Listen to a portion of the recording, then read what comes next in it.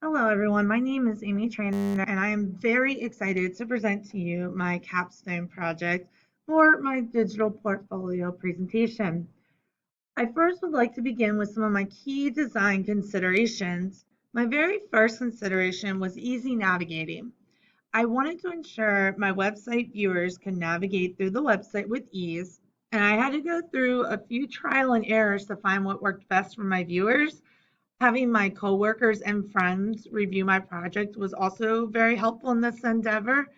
So I have my capstone homepage, my about me, my belief statements, my IST standards, my artifacts in a drop down menu, and my IST artifact reflections by by standard and then by substandard.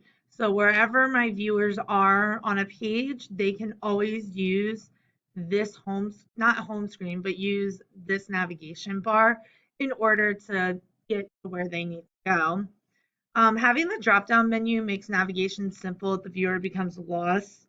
I also had links at the top of my sub pages. If I click here on my belief statements, you can see here, capstone homepage, which actually takes you here. Okay, or if we are over here on the ISTE standards, I click on a different artifact and I'm not exactly sure where to go. I can click my IST standards homepage, which again, I can go back to my capstone homepage. So having two ways to navigate, I think is very important when going through a Weebly with as much intricate detail as this one has. My second key feature that I actually really like a lot is my homepage for my capstone project. I wanted something different than just the links. A lot of people just put links and that's the end of it. I wanted to put something that represents each page. So my first one, if you click on this picture, it's a picture of me at a Harry Potter themed tea party. You click on that and it's going to go to my About Me page. I have the Towson University flag from one of the polls to access my belief statements. And then for IST standards, I have the ISTE standards um, a visual for people. And these are all cop copyrighted properly for free use and Creative Commons license. So let's move on to my ISTE standards and my highlighted artifacts.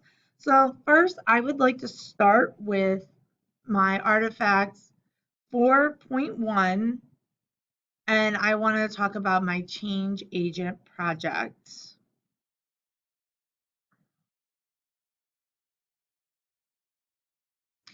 So my change agent project, it was all about taking a current unit that I was working on and actually changing it that's going to better suit my students' needs.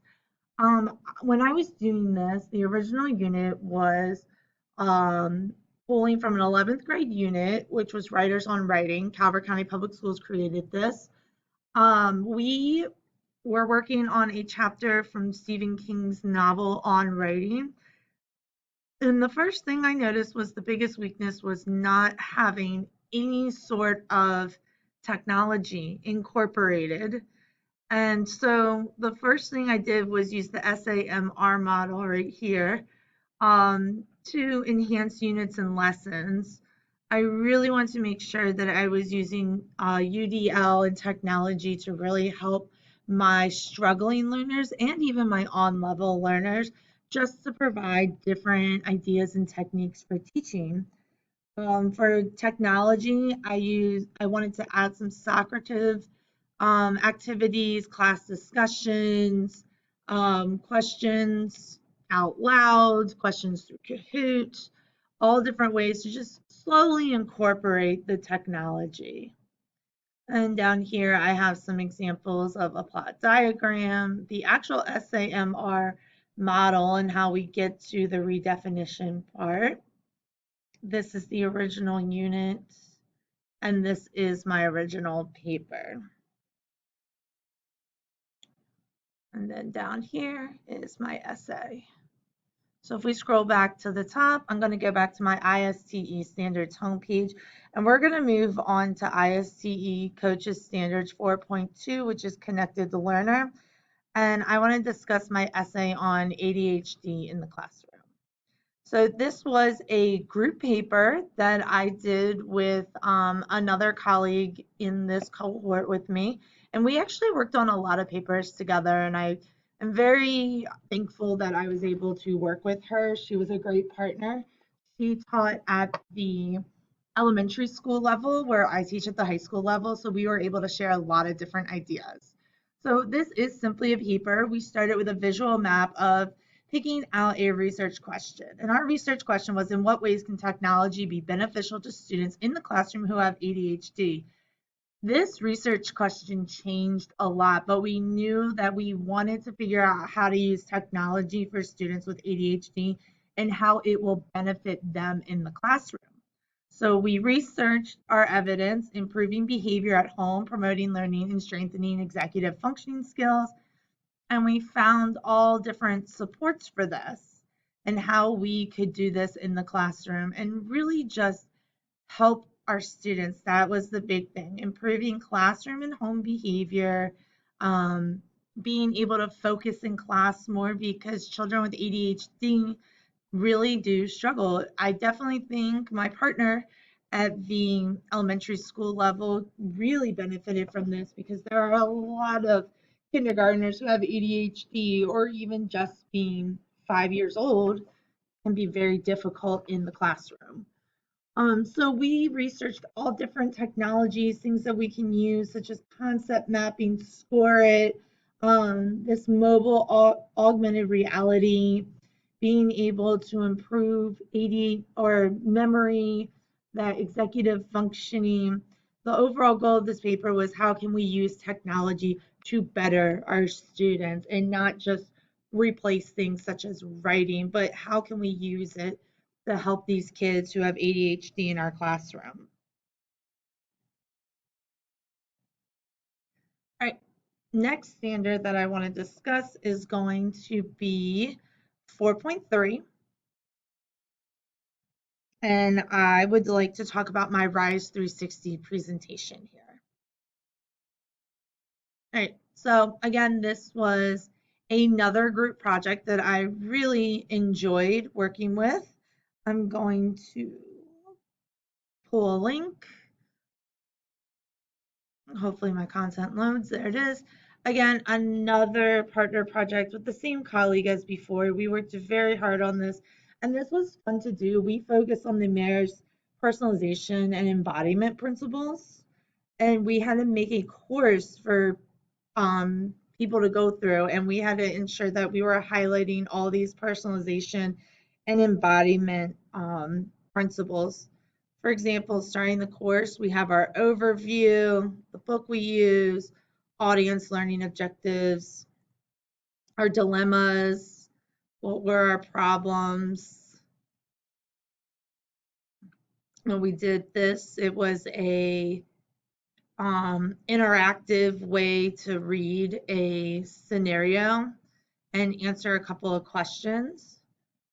We also talked about promoting personalization through conversation style, using how really this whole project was about how to collaborate.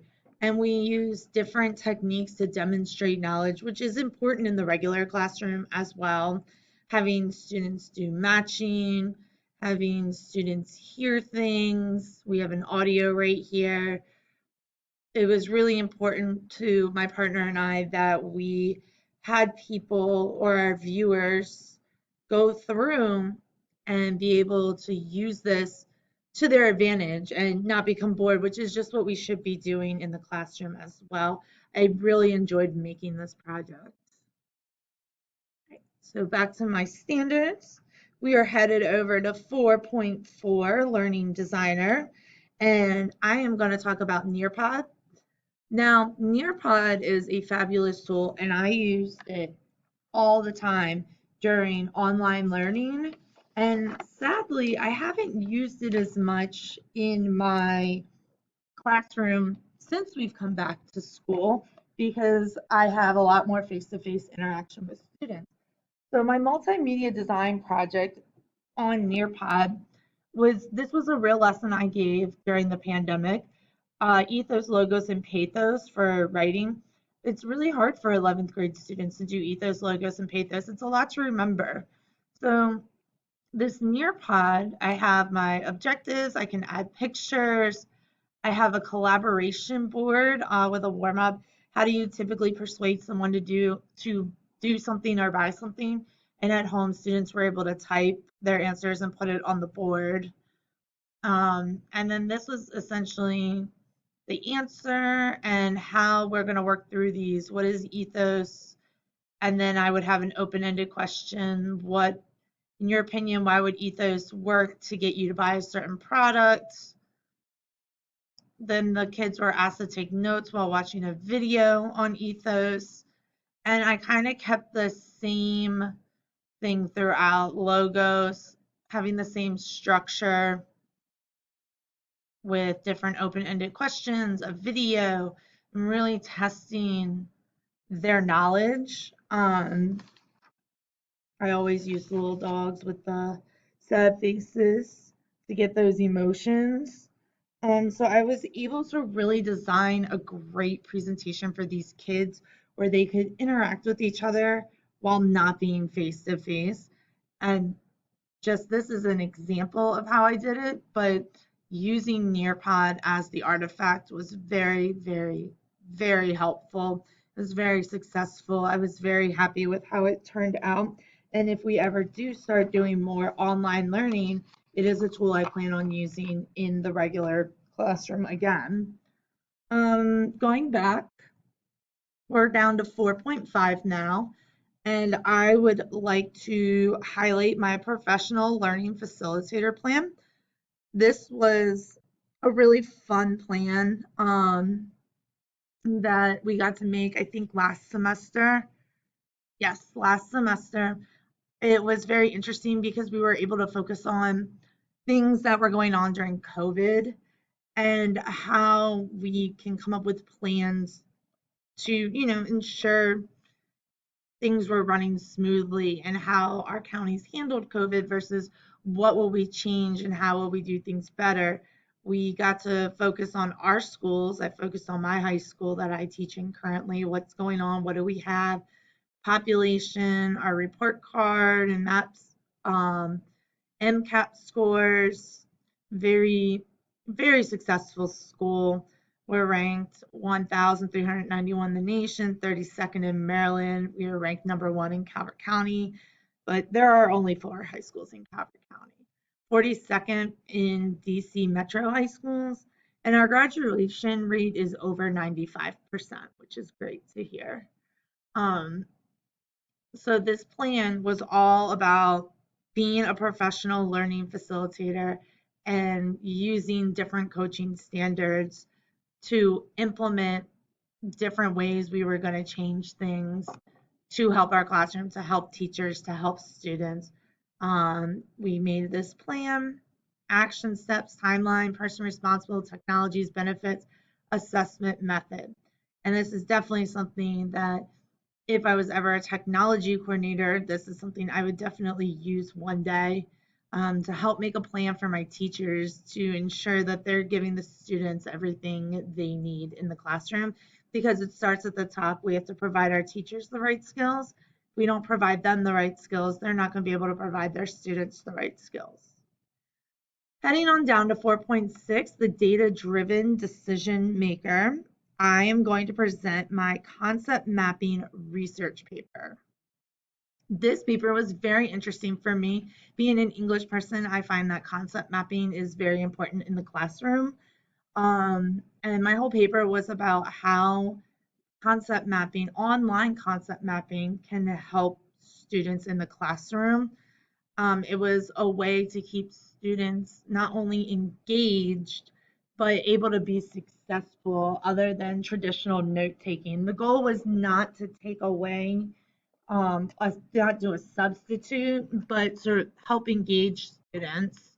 And I think Nearpod's also very similar to concept mapping and being able to build on different topics.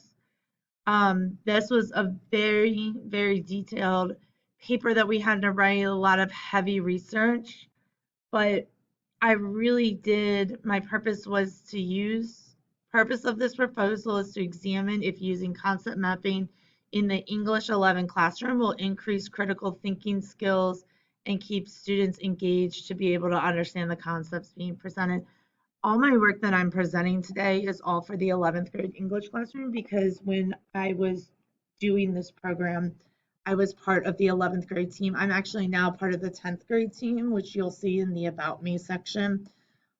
So these are still things that can be applied over into 10th grade, but that's why most of my stuff is targeted towards the 11th grade.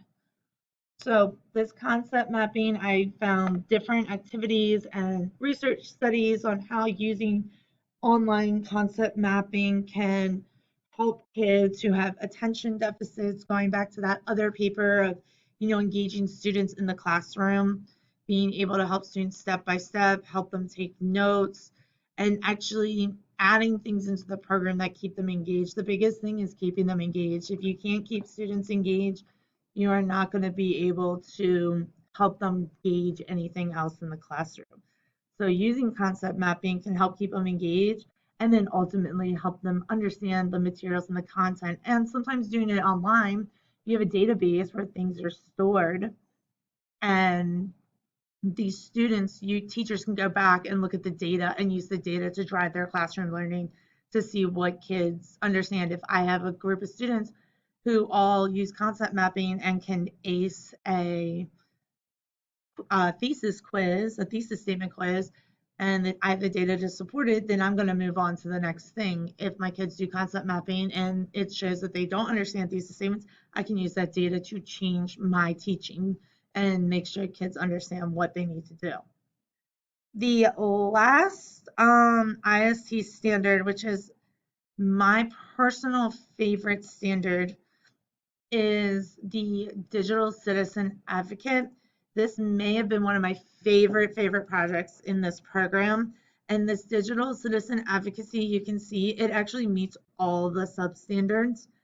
I've been a huge digital citizen advocate since probably the beginning of my teaching career because digital citizenship is both important for students and teachers.